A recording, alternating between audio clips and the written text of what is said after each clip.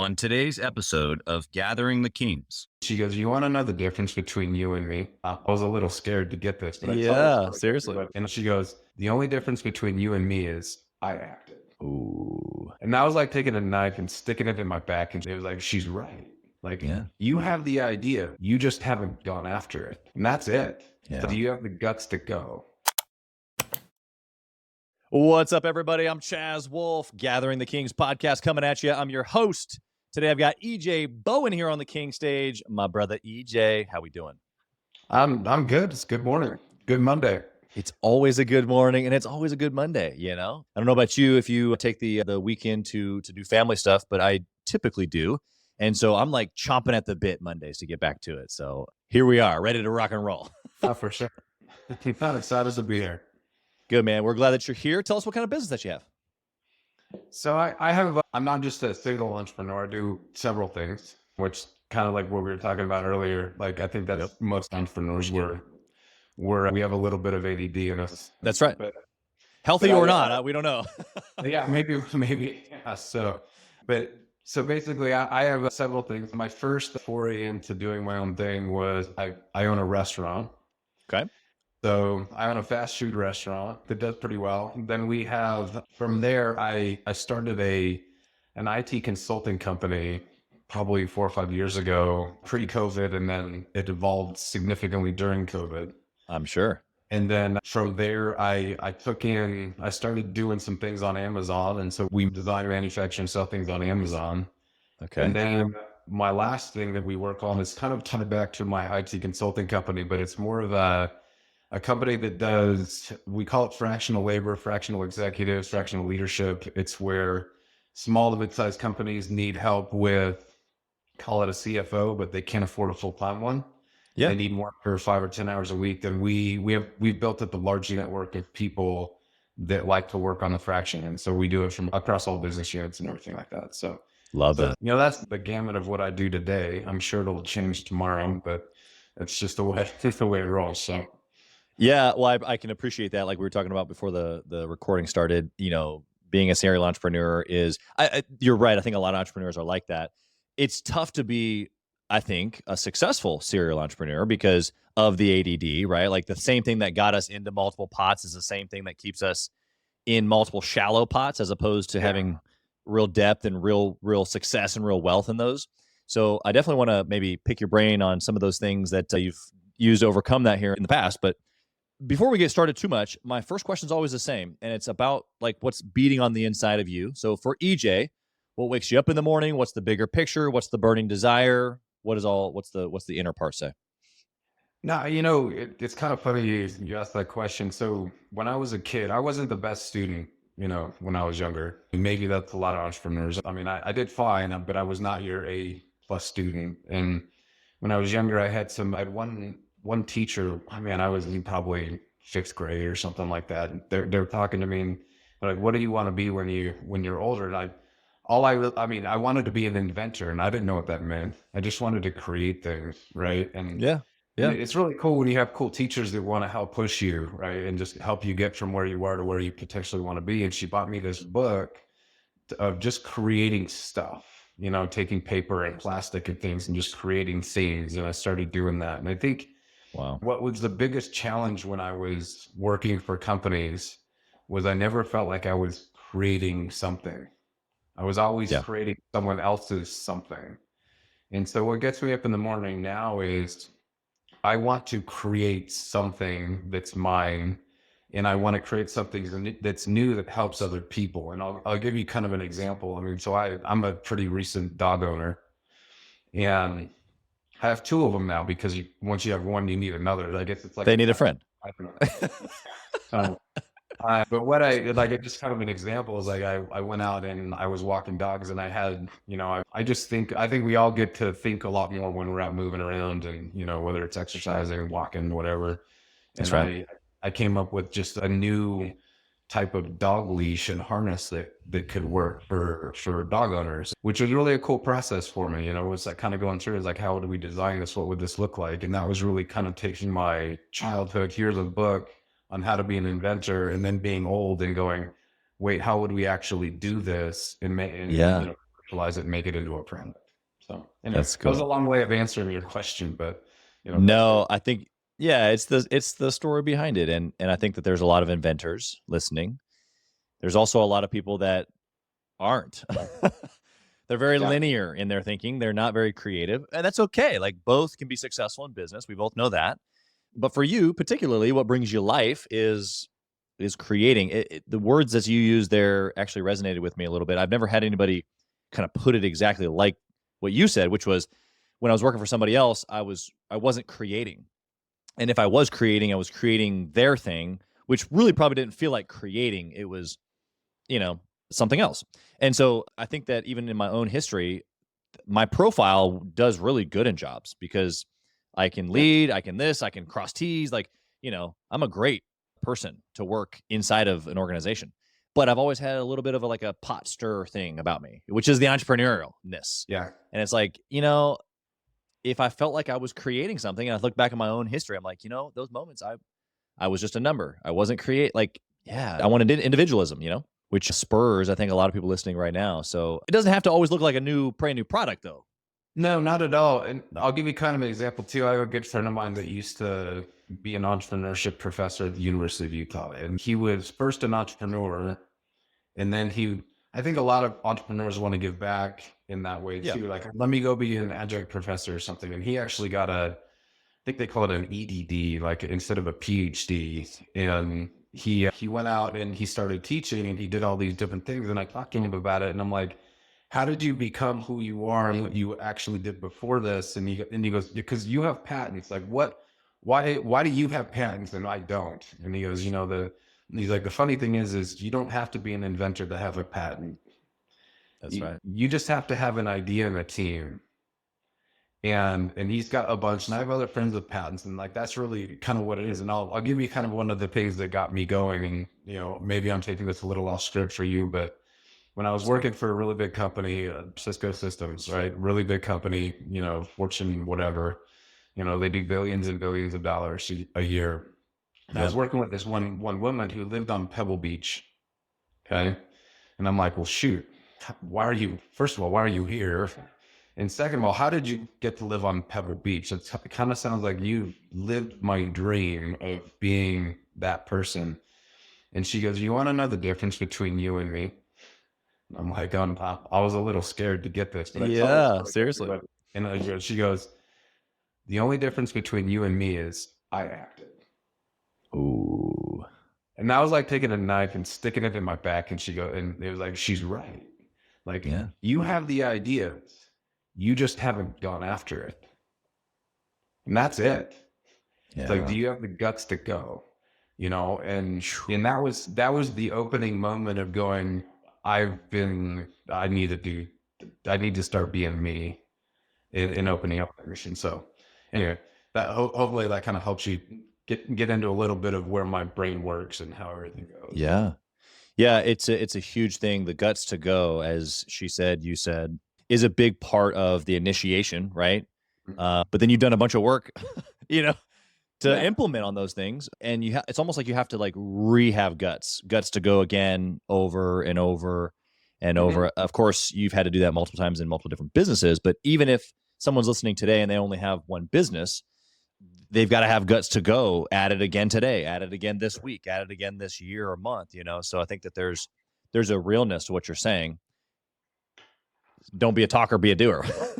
No, it's not. Honestly, that's one of my business partners. Actually, he's like, that's the one thing he admires about me, and I'm like, well, I don't know that I'm that great, but he's like, you don't wait around. It's like almost a little bit of ready, fire, aim, but it's more like understanding what direction you need to go in and being able to learn and iterate is really being willing to learn and iterate, because you're going to make a lot of mistakes whether you wait 10 years or 1 year. It's like getting married or having kids. I mean, you're going to screw up.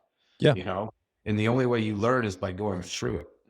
Yeah. And you just have to keep iterating. Otherwise, I mean, you'll never get to where you want to go. So. Yeah. I was telling you actually before we hit the record button that inside of Gathering the Kings on the Mastermind side, we've got this phrase of grateful, not done. And it kind of encapsulates what you were just talking about, because if we can be okay with where we're at. We can be grateful. It's not necessarily okay. Content sounds like, ugh, like not growing. Yeah. But I can be grateful. You know, I can have an understanding and an appreciation for the view that I have now. But if I'm not continuing to iterate and go to the next level, then I'm not growing. I'm not doing what I've been called to do in my business, in my marriage, in my family, whatever area of life we're talking about. We should always be trying to go to, the level upon level upon level upon level. I've got a question for you about your story. Yep. You gave us a little bit there about your, kind of had the knife and that maybe shoved you off the edge. But what'd you do at that moment? And then how did that, give us a little bit of a snapshot between then and now today, having multiple companies, successful companies? Yeah.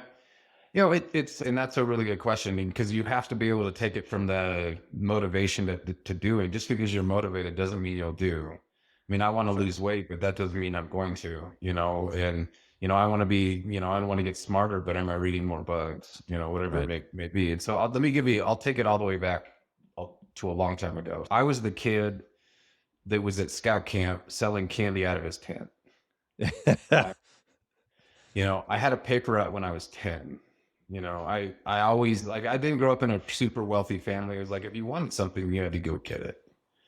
And then, you go through school, everyone's telling what you need to be. You need to, go to college. You need to get an MBA. You need to get all of these things. And the thing is all of those things, where they're all great and they all teach you a lot of stuff, they put you into this box of going out and you need to work in corporate America, which is not a bad thing. I mean, honestly, the majority of the world should go out and work in corporate America. I mean, it's a great thing, because not everyone wants to take on the pressures of doing it yourself, or, maybe they won't understand the pressures until they try, and then maybe they go back, Yeah. And so it's a little bit, it's a little different. And so as I kind of went through all of those things, I did all of those things. I got jobs. Everyone says you should be in finance and you should learn all of these different things. And this is how you become a great entrepreneur. And the other challenge with that, though, is you keep making more and more money, and you keep being moved up in these different companies. Exactly. You get the handcuffs, right? And you're like, how am I going to replace $200,000, $300,000, $400,000 a year? Like, how am I going to do that? And the short answer is you're not. I was just thinking that in my mind, going, good luck. Yeah, I mean, it's going to be another 10 years and you're going to replace it after that time, but you have to be willing to step back and say, it's okay. You have to get to the point where it's like, it doesn't matter.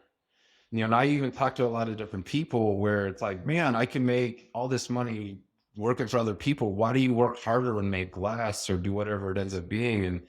And you're like, yeah, but I don't think you really get it. You're going to work because you want to make money. I want to go to work to create. Yeah. I don't want to just, push paper or sell product or whatever. I want to do something that I leave behind. I don't care what my LinkedIn profile says. If I'm a VP, CEO, whatever, it doesn't really matter, right? So what ended up happening then? So that kind of takes me up to making a lot of money and trying to figure this thing out. And so this is the way every story should start. But I was in Bali with my wife, just sitting on the mountainside and just going, what have I done? That's awesome. And it was that moment where it was like, okay, but the same question, thing that I said before, where you don't have to be a creator to own something or build something. You don't have to do it, because I'm not a developer. I'm not an engineer. I'm not the things that, you always look at and say, I need to be this to create something. Right? Sure. And the answer is that's really just not true, but it's hard to get past that. It's like, what can I do as a person who knows this thing over here so that I can become something that I want to be? And in the beginning, it was like, well, shoot, that's when my restaurant came out. I started going down the path. I'm like, well, what if I were to go out and be an owner operator at Chick-fil-A? So I actually interviewed for that. Yeah. But out of the 170,000 people they interviewed, and 100 that got an actual franchise, I was not one of them, and that was okay. Right. But I kind of started opening my mind, taking a path and taking the initiative of how can I become different and lead my own life. That was like the first step. Yeah. And I have a great wife. She's always helping pushing me along. And she actually went out and found a whole bunch of business brokers. And so this is at the point where you're like, okay, well, maybe I can find something that I can drive myself that Yeah. maybe can be a little bit more passive. Yeah. I don't have to buy a job. I can keep doing what I'm doing, but I can have something that kind of goes up. And so at that point, we found one pretty close to where we lived that looked like the numbers made sense. So we bought it, not knowing what we were getting into, but we bought it. Yeah. You thought it was going to be something, but it wasn't. Yeah. The numbers, like the one piece of advice I always tell people when they're buying a business is, like, I'm just going to tell you this right now. It's not what it says on paper, because there's all sorts of things that are moving around, and not that they're lying, but they're manipulating or tweaking the numbers to make it look the best they could possibly make it look. Yeah. And so it's not that it was bad. It was fun. We had a full-time manager that wanted to stay on, so that worked out really well. That was luck. He did a really great job. That's kind of a key in any business. And I'm sure you've seen this with everything you've done. If you don't have a good manager, then it's your job. And then it's just really hard to do everything. Yep. And we grew it a ton. Like, we took it from doing $500,000 to $1.2 million a year. And it became a really great little business that we put in, I don't know, 10 hours a month, looking at the books and checking in on things and making good money. Right. And that was kind of like the first step in, like, okay, I can do this. This is like the first piece of like confidence that I was looking for, where it's like, I can do this. Yeah. Even though I lost a lot of sleep. Some of that. So, you're going to lose a lot of sleep and going, well, what if this goes wrong? What if someone walks in and, like, in this case, we weren't 100% ADA compliant, but it was an old building. It was like a 1976 building. And we're like, well, technically, we get a little bit of grandfathering in, but at the time there was a person who was going around with the tape measure and measuring if your bathroom worked, or if the countertop was, low enough, or, which it should be. I mean, we should absolutely take care of everybody, but sometimes it's not something that you can control. And so I ended up making some investments so I could sleep at night and changing out bathroom so that could make it worse. But those are the kinds of weird things that you don't think about when you go to work every day, because you're just doing the job that you do. You don't think about, well, what if someone sues me? Yeah. How is this going to work out if this goes wrong? And so those are just little pieces. So I kept working. I kept doing my job at Cisco. I moved into some other stuff and got more deeply into IT. And then that's where it was more like, okay, I know the business side, and that's where I could start up. This is more where I actually had a health incident where I was laying in a hospital bed. Wow. And I basically laid there and I'm like, you know what? 10 years from now, if I look back 10 years and I go, wow, I really failed. It really sucked at being an entrepreneur. I won't be mad. Like, I'm not going to be mad. That's fine. Like, but if I look back 10 years from now and I didn't try, I'm going to be mad. Yeah. Yep. And so at that moment, I started building up a business plan to create a systems integration company. COVID hit, totally changed everything, turned it into more of a, call it a brokerage and a high-end IT labor type of, company. Just kind of started really building that thing up into something that it could be. And, that was where, I'll tell you, the thing where I truly got the confidence that I could do it was the first day somebody paid me something to do something for them. Where it was more like, you know what? We're for real now. We had a company that makes millions and millions of dollars give me money that they need to invest in something. Yep. Yeah. So then it was like, no, we could do this. We just need to do it more. Yep. We just kept building it up and finding opportunities and finding different ways to market. And then that was more like that full confidence of like, yeah, we can do this and we can replicate and we can do it more often. So. Yeah. You've given, I mean, obviously you got a great story just of different types of experience, and even just the overcoming with the restaurant. A lot of truth there. We could probably do a whole podcast on just the service hospitality industry. But my question for you, in some of these years, especially as you were talking about, well, we did this and we needed more, and so we did this, we did that. what are some of the practicals? Like, what's a good decision that you made that helped you scale that or helped you just put that thing together now for multiple years? Something that maybe we could take away and put in our own business. I mean, there's a lot of them. I mean, I think a big thing in the beginning was trusting people, you know, trusting that they can do their job. And I mean, watch and make sure that they're doing their job too, but don't be that micromanager, and let them be their innovative self and get the things done. That would be more having a good manager in the service industry, right? Maybe so that we can get out and get it done right.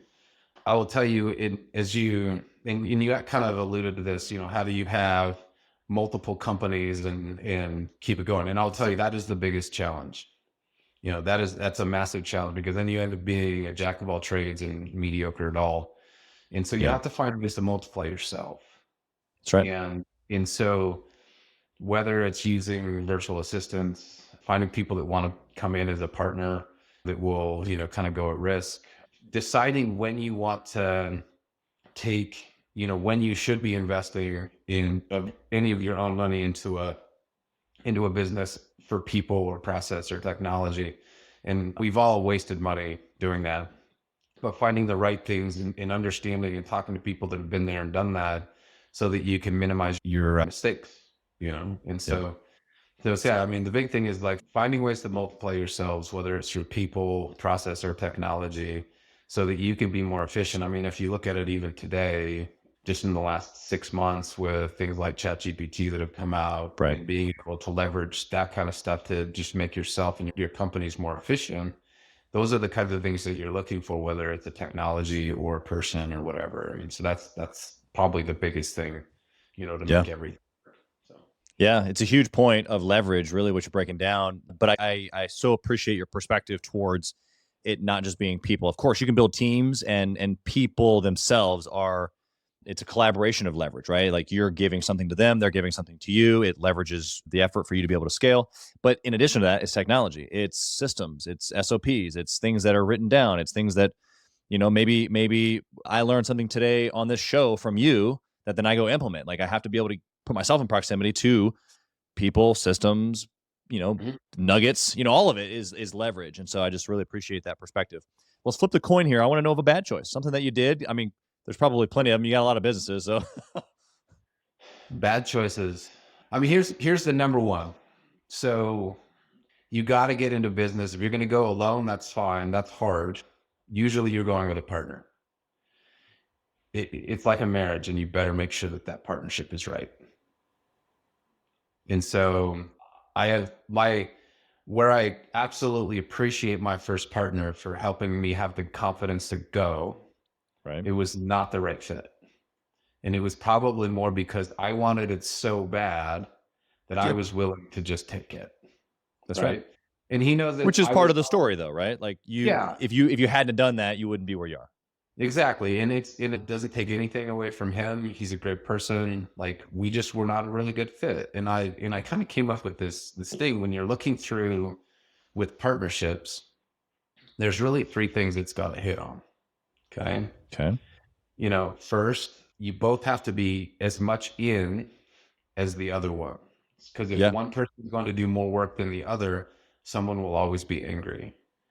You both have to have the same risk or financial investment in it, or again, someone will either feel like they are more invested and the other may feel like they're an employee, right? Because I'm taking the risk and you're not, therefore I need you to bust your butt and I'm going to watch you, right? And if you don't all have the same level of risk, then it just isn't going to work really well. And then the last one for me, and this, take it for what it's worth for anyone who's, listening, but you got to have the same understanding of business, or at least almost like a hurdle that you need to be able to get over on the business level. I joke around about this today with some people, but it's almost like, don't come to me and say everything's a write-off, just write it off. Cause it's not, right? Because it's not. Like, you've spent money, and that's not a write-off, that's called an expense. And so it's like basic things like that. You need to have like this basic level of business acumen to where you can go, okay, I get it. that's why we would make decisions like this or not make a decision in this other direction. And if you can hit on all of those, obviously you got to get along. And those are, I mean, you're never going to get business with any of those other ones. The problem is the things that you can't see below the surface, which usually creates a partnership that just goes south.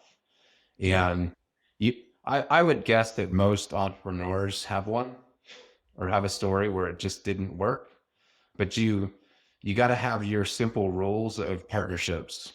Of if you don't clear this, it's not going to work. We're just going to end up having a bad day. So let's not do it. Yeah, those are really tough conversations. And I think anybody who's been through it knows it. But for the guy or gal listening right now that has never been through it, it's like, it makes sense. Like, I hear you. Okay, EJ, this. But when you sit down at the table to discuss what happens when X doesn't happen, or how much is the time that I've put in so far actually worth, so that we can be equally yoked? How much do you need to put in? Like, these are like real conversations that you have to be like in alignment before you can even get to the place that you're talking about. And it's like, man, you got to like muck through that type of conversation because it's real. There's emotions, there's people. It's sticky, you know? Yeah. I invented this. It was my idea. I did this. You're taking my thing away. And you're like, I mean, no. Yeah. That dude doesn't want a partner though. Like, let's just be honest. The guy that's saying that out loud doesn't want a partner. He wants to do it himself.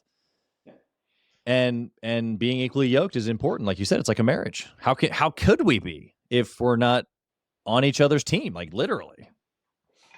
Yeah, and it's a challenge, and you know, I don't think every partnership has its day where you know you got to have a conversation, but you know, the question is more like, are you set up into the point where when you have to have tough conversations, like in a marriage? I mean, shoot, we all screw up and we're all mean sometimes, you know. Some more than others. We don't mean it. We don't mean it, or we yell at our kid, or we do something like, man, I really shouldn't have done that. You know, we all have to have these conversations in lives, and just remember when you have to have that conversation in business, it's no different. And honestly, it may even be more emotional because you're talking about people's livelihoods and how everything can work. And at some point you have to go, you know what, this just isn't right. You know, maybe we should break up and, you know, go our separate ways, and that's okay. And I think that's probably a learning piece too, because I probably knew long before it didn't work out that it wasn't going to work out. And it's kind of having that confidence to go, you know what, I'll figure it out. You know, I'll figure out things I don't know, but I don't think this is working. And I think we need to probably move. So move on. Yeah, you got to do what's right. Hey, kings and queens, Chaz Wolf. I want to talk to you about something that's super important to me. We put a lot of time and effort, we meaning myself and my team, into this podcast, into the content that goes out every single day. And if you have been getting any sort of value or insight from this, we want it to be able to reach other business owners too. So we would love if you would like, comment, share, leave a review, post, share again, all of the things on social media, on all the different platforms, or even on the podcast mediums of Apple and Spotify. We would love to be able to get our content into more hands, more entrepreneurs, so they can grow their business as quick as possible. Together, we are building a community of like-minded entrepreneurs who are committed to growing their businesses to new heights. So let's do this. Let's help each other. Let's help each other grow. Yeah, man, I think that there's a lot of great value in putting together, you know, equally yoked partnerships like we were talking about. I think that there's real work, is in essence what you're saying, that goes into that. And time. Like, those things often don't just happen with somebody you met last week. No, not you. And if you did meet last week, I would suggest just, you know, maybe date a little while. Yeah, exactly. It's good stuff, man. Okay, so I got to ask you a KPI question. I love this question. In all of your businesses, I'm not even going to ask you one particular one. I want to know high level, what is the one thing that you would track if you could only pick one? I mean, they all tie together. It's like they all roll down. But I mean, my gut response is profitability. You know, your EBITDA or something along those lines. Because if you're not making money, why are you doing it? But I have seen a meme out there too that said, you know, there was a picture of a guy smashing a keyboard next to someone else, and it was the accountant saying profitability before growth.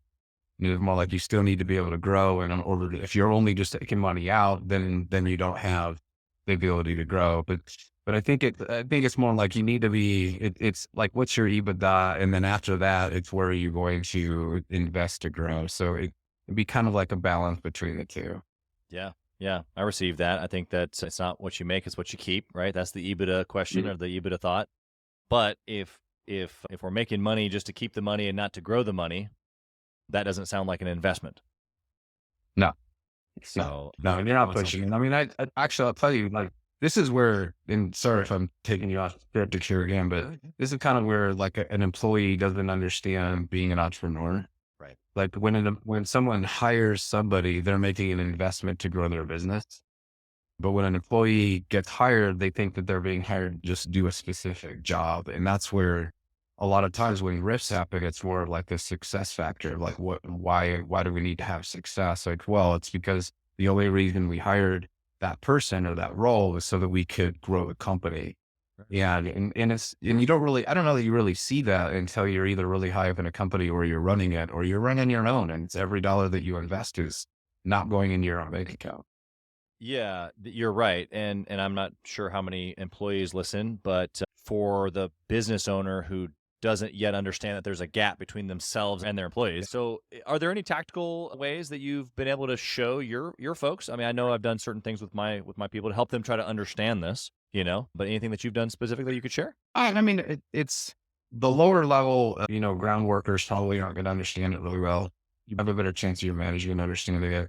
And it's really just going through numbers and showing like how you're going to grow and what you're looking at, kind of like what we're just talking about, looking at the EBITDA and then what you're going to invest back in and being able to show them that the only way that we can afford to give raises or bonuses is if we do X, Y, and Z. And it's because there just isn't money, And I think just kind of helping them see the picture as an owner is probably the easiest or best way for them to go, okay, it clicked. Okay, we need to do this in order so that I can get a bonus or I can get this. We don't get bonuses for fun, we get bonuses for value. And that's where, things can kind of come in. Yeah. Yeah, you're right. There's actually two pieces there. It's the initial investment of the person salary or the hourly wage.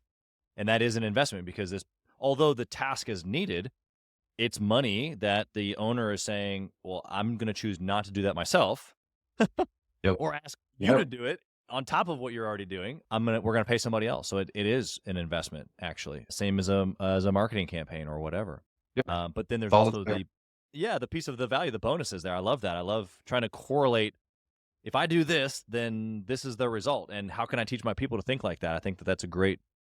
And also, too, what that's the beginning foundation of, and this isn't necessarily a motivating factor for everybody, but it has been a huge part for me, is that if I can help someone on my team understand what you just said, then at some point one day, potentially, they have now the wherewithal to go run their own business. Yeah, exactly. 100%. And if they're designed to do that, and I was able to help them, why? I mean, now I would be robbing them and me of this moment of being able to be part of that story, And think of it this way. So like in the last 18 months, it's been really interesting just with inflation, right? And so people started coming to me, and I'm sure come to all of the, your listeners were like, I need to make more money, or you know what, I made this and you know what, I should make this now. Right. And in a lot of ways you couldn't get away without at least raising some stuff. Right. But there's still with that level of going like, yeah, but I'm making a lot less now because we can't increase prices enough to keep up with inflation to do this. So there's a gap in helping people be able to see like, yeah, inflation, it sucks, for all of us, it's not great. I'll hold your hand. Yeah. And it's like, yeah, exactly. And it's like, it feels like you're making less. Well, right with you, man, but being able to sit down and go, yeah, I mean, there just isn't more because of this. And maybe if we do this, we can then continue to, have other employees benefit. So yeah, the last thing that you just real world pointed out for the listener is that when you said there just isn't more, like that baseline, it seems so simple that you would just say that there isn't more. But a lot of times employees, like you said, don't have the recognition of that there's not just like a tree with money that, just things just fall off of on just Benjamins flowing on me. It's not like that. No, so, but in my experience, they often think that it is like that. They don't like actually think that there's a tree out back that produces money, but they think that there's just like this endless account or this endless Amex or something. We just keep swiping it, and Chaz will take care of it, or EJ will take care of it, and they haven't thought outside of themselves more than likely far enough to realize that, like, hey, it's not because I don't like you. It's in fact, I actually really like you, and I would love to do this. But in order to be able to do that, we got to do this because here are the numbers. X and X equals this, and once, like you said, once that clicks for them, and so I'm encouraging the listener to have these types of conversations with their employees if they're not, especially the upper level management, like you talked about, because if they understand, then it's like, oh, okay, I know how to operate forward like an owner, so that there can be real money there, so that we can share in it. Yeah, exactly. How do you, last question here on that before we move on, how do you communicate to them that you do want to share, right? And then that you're not just trying to, squeeze it all and take it all yourself? I mean, actions speak louder than words, right? Just little things and being able to give them back things when they're not expecting. Yeah. Little Christmas bonuses, or, I mean, even in something as, simple as owning a small restaurant, right? Giving out movie tickets, or, something that's really simple to just show that, yeah, we want you to be happy and we want you to have things, I think it's in the little thing that they see that you want to be sharing in the big things. Yeah. It's the intentionality. I think that actually that principle that you just shared carries over every single relationship that we can think of in our own lives. It's just being intentional, even with the small things. And a lot of times the small things are actually much more important, like you're saying, if done intentionally. Yeah. I got a question for you about business resources. I want to know what you've read, what you've listened to, what can you share with us here today that has been beneficial to you? Oh, man. I'll tell you this is the most recent one. Then I'd have to kind of probably go back and look at lists and stuff, but there's a podcast, not to compete with your podcast, but that's all right. There's a podcast called Marketing School. Love it. And it's there's these two guys that basically have their own ad agencies, have been at it for, you said you're at the 300 levels of podcasts. I think they're at like 3,000 levels. They've been doing it since, like 2015. They've been doing it for a long time. And they are 8 to 12 minute, like, blips of information. Yeah. And just like, here's what we're going to talk about today. Here it is. That's cool. It doesn't take a lot to listen to them, but you can always take out what, the nugget for you that you need to change when it comes to like business books or resources. A lot of it's just reminders. Like, I think we've all kind of been there, done that, heard it, tried it, but then it's more like, oh yeah, that's been on my list for a long time. Let's do it. Like simple things. I mean, here's one thing I talked about ChatGPT earlier, but I took a course on ChatGPT back in January because I wanted to just understand better how to use it. Right. And one of the things was like, because you have the ability to go out and create content. Now, remember, ChatGPT is limited by the ability of the person who's creating information. And it was more like everyone should write a book. Everyone should be out there. You should be a published author because you can. Yeah. And so that was one of those things where, it was like the aha, yeah, we can I'll go out there and create blogs or articles or whatever, but we have the ability to go out and actually create a short book on whatever it is that we do or whatever. And you can post it on Amazon Kindle, and you are a published author. And now who are they going to work with? The person who's the published author or the person who's not? And like, wow, that's kind of cool. You got a book. You're probably pretty smart. Now, obviously it's a little bit of a small gimmick, but on the other hand, make sure your content is good and you curate it, make sure everything is, strong in there. And then at the end of the day, you have something that you can point back to that makes you an expert, or at least helps people think you're an expert. Yeah. And it's about iteration. You talked about this already. You don't just, give a couple of prompts and copy paste. I mean, you could, but if you understand, garbage. It's garbage. It's not exactly what you wanted it to say, but if you can work with it, I almost said manipulate, but that's, I guess, the right term. Massage. Massage. There you go. Then it can be yours. You have an assistant And I think that's the leverage of that tool. So it's actually a great deal. So not only did I write down the podcast where that started, but the book deal is quite inspiring. So I appreciate that. There's a couple that I have on my list that I'm writing. So I just sped up my Right over. Get it done. 30 seconds. Yeah. I love it. And actually, I'm getting on one right now that I've been waiting on, and it's like, yes, this has got to get done. So yeah. Yeah, it's interesting. One of the books I want to write, I'm not 100% sure of the title, but something like I interviewed $1 billion, and this is what it told me, because I've interviewed so many guys like you, hundreds and hundreds of millions of dollars, if not a few billion at this point.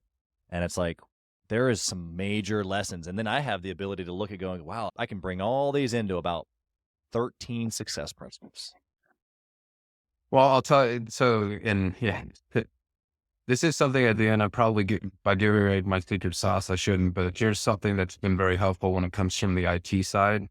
I actually reach out to, business owners and CEOs and everything, and basically say, hey, I would like to interview you and write an article on you, because I am writing a book and I want stories that I could take into that and put into that book. And most people are pretty vain, and they'll let you talk to them for 30 or 40 minutes. And then you write an article on that specific person and that discussion and what you learned, kind of similar to what you're doing here. And then now you have all of this content that you've not created that you can then aggregate and then create, with some next level type of learning situation. So, and then the fun part about that too is you just interviewed an owner about whatever topic is you wanted. And now you have another friend that when you want to reach out and say, I want to sell something, you have another friend that you got to go back to and go, hey, would this be valuable to you? So anyway. Yeah, you're creating relationships and creating value, both of which you just said by reaching out and offering something of value at no cost, which, is how relationships are built. That's not how they're sustained, because it can't just be one-sided value. But to your point, if you're really good at what you do, ideally that person wants to do the next thing with you anyway. Exactly. And I'm gonna change course here, and I want to talk about family and the word obsession, because I think the word balance is ridiculous, and I throw it out of the window pretty much anytime I can talk about it.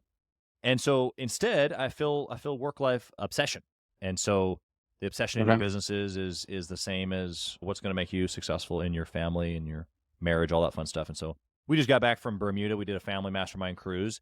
And we did some deep marriage work with some certified folks. And I talked about this idea of work-life obsession. What have you done in your story, EJ, where you've been obsessed about those things, wife, kids, other things in life that you love, alongside of the businesses? No, man, that's a short question. So I have a little bit of an alternative family. My wife and I both adopted Eastern European orphans as teenagers. And so I think we didn't really have much of a choice but to be obsessed with trying to get them from point A to point B. Yeah. Because they're coming in with significantly less education, obviously can't speak the language, challenges in their lives that, we've hopefully never will have to experience. And so you have to create an obsession with improvement and giving them everything you can, because you're getting them at 14, 15 years old, and you've only got so much time to instill knowledge in them. Now, there has to be a balance with that though. Okay. So it's kind of like if you push too hard, it breaks on the other side. So it's more of like understanding where you need to be pushing and when you need to be taking off the gas, your foot off the gas, and, coasting a little bit and being able to balance that a little bit. But, so basically what I would say, I was probably obsessed with one of my kids being a field goal kicker, and he was really good. He was ranked top 5 in the nation. And so we would trying to instill in him, how you get from being the kid who's on the team to the kid who plays, the kid who's great. And so I would say that that's probably a little bit, and I had to learn in there too on when do I need to, like I said, put on the gas, put on the brakes, coast, anything like that too. So I think that can kind of go into everything we do in our lives. If we obsess too much, it can also hurt. Yeah. I think the obsessive nature can also become suffocating, is what you're referring to. And so, there's no air, there's no oxygen, there's no life when you suffocate, whatever it is. So That's good, man. I really appreciate that perspective, and cool for you and your family to be able to not only have those experiences, but adoption is kind of a crazy process. My wife and I have been through that. We didn't officially adopt any children, but we were having troubles getting pregnant and went through that whole entire scenario, and then boom, we got pregnant. And so, it's an interesting perspective when you open up your mind, heart, home to a human that's a child, and so you're leading them, but they're not yours, but you love them. It's just a very interesting dynamic. So I just want to give you some public adoration for that. I just really appreciate your heart for that. Last question here for you, brother. I want to know if you had the opportunity to whisper in the younger EJ's ear, what would you say? Get the confidence earlier. Don't be afraid. Like, I've had ideas since I was younger, and I think I kind of took, one step and then diverted way too early. Like, I should have been doing things earlier. Now it's a little bit easier now today with like the way technology works, but yeah, don't be afraid. Go for it. What's the worst case that can happen? You have to get a job. Like, okay, like, go for it, and obviously I learned a lot along the way in different companies and with different leaders and stuff, but I think I probably should have jumped 5 to 10 years earlier, versus wait. Yeah. I had a guy in the Gathering the Kings Mastermind group say the other day, he said, I've become dangerous where I finally realized I can't fail. And that realization. You can do it. You can get it done. Yeah. Yeah. Like, I no longer have the oh my gosh, if this all fell apart, then whatever I was thinking before, because I know now that I could get it back. To your point, what would be the worst case scenario? I'd just go get a job. But even then, I don't even think you and I would do that. We probably just start something new again. Well, there was a time when I used to watch the reality TV show The Voice, and there was Adam Levine, the lead singer from Maroon 5, said something basically to all of the, performers, like, if you want to be a musician, you can't have a plan B. And I think it's probably very similar when it comes to, if you want to be an entrepreneur, you can't have a plan B, because the problem is that it will get hard enough at one point that you will take it. Yeah. If you don't have a plan B, you will figure it out. Success has a weird way. Tim Grover kind of talks about this in his book, Winning. But success has a weird way of allowing us to get real close and then allowing us an escape route, because it's just hard enough, just outside the reach. Yeah. Where we fold. Yeah. But 100%. Totally true. Yeah, that's right. Well, good, man. I appreciate you being here. How can the listener find you? Number one, you have a service, like you said, that every entrepreneur could potentially use as a fractional CFO. Yeah. And then all the other stuff that you've got going on, potentially there's people listening right now that could use that as well. Tell us how to find you in those areas, how to even find you as an entrepreneur if we just want to connect with you. Yeah, come out, connect with me obviously I'm on LinkedIn. The two big websites that you can come back and really see the services. One is yourneogig.com. So your is in YOUR, and then NeoGig, NeoGig.com. That is the executive fractional leadership type of service. And then my IT services, where it gets into more of like IT people, similar in that similar vein, IT as a service and IT people as a service, which is the company called Omni Legion Technologies, and the website is omnilegion.com. And so you can, obviously the email address is there at EJ@yourneogig.com. And then the other one you can get to me at EJ@omnilegion.com. So perfect. We'll put them in the show notes. Those are the easiest ways. And then, I'm always wanting conversations. I want to learn from everybody too. So, I have a lot of steering up to do. So I'd rather avoid it if somebody else can help teach me. So that's right. That's right. Yeah, I love that approach, man. There's humility in that answer. So thank you for being here. Blessings upon all that you have your hand to here in 23, and your family as well. Thank you for being here, man. Thank you for listening to Gathering the Kings today. I hope that you were able to pull out a few nuggets to go apply into your business right away.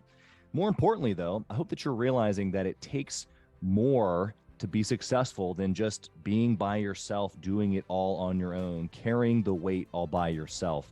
What I have realized, not only in my own journey from multiple businesses and multiple different industries, and now interviewing over 200 or 300 other very successful 7, 8, and 9-figure business owners, is that it's tough to do it alone. And so Gathering the Kings exists to bring together successful entrepreneurs. In fact, we are putting together 1,000 kings, specifically who are grateful but not done. We're intentionally assembling kings who fight tooth and nail for their business, family, and communities. And here's what we believe, that in the pursuit of excellence in those areas, that it ignites within us the responsibility to govern power and forge a lasting legacy. So if that relates and resonates with you, and you know that you need people around you, sharp, qualified, other very successful business owners, I want you to go to gatheringthekings.com. I want you to take a look at what we're doing and see if it makes sense for you to be part of our pursuit to 1,000 kings. Talk soon.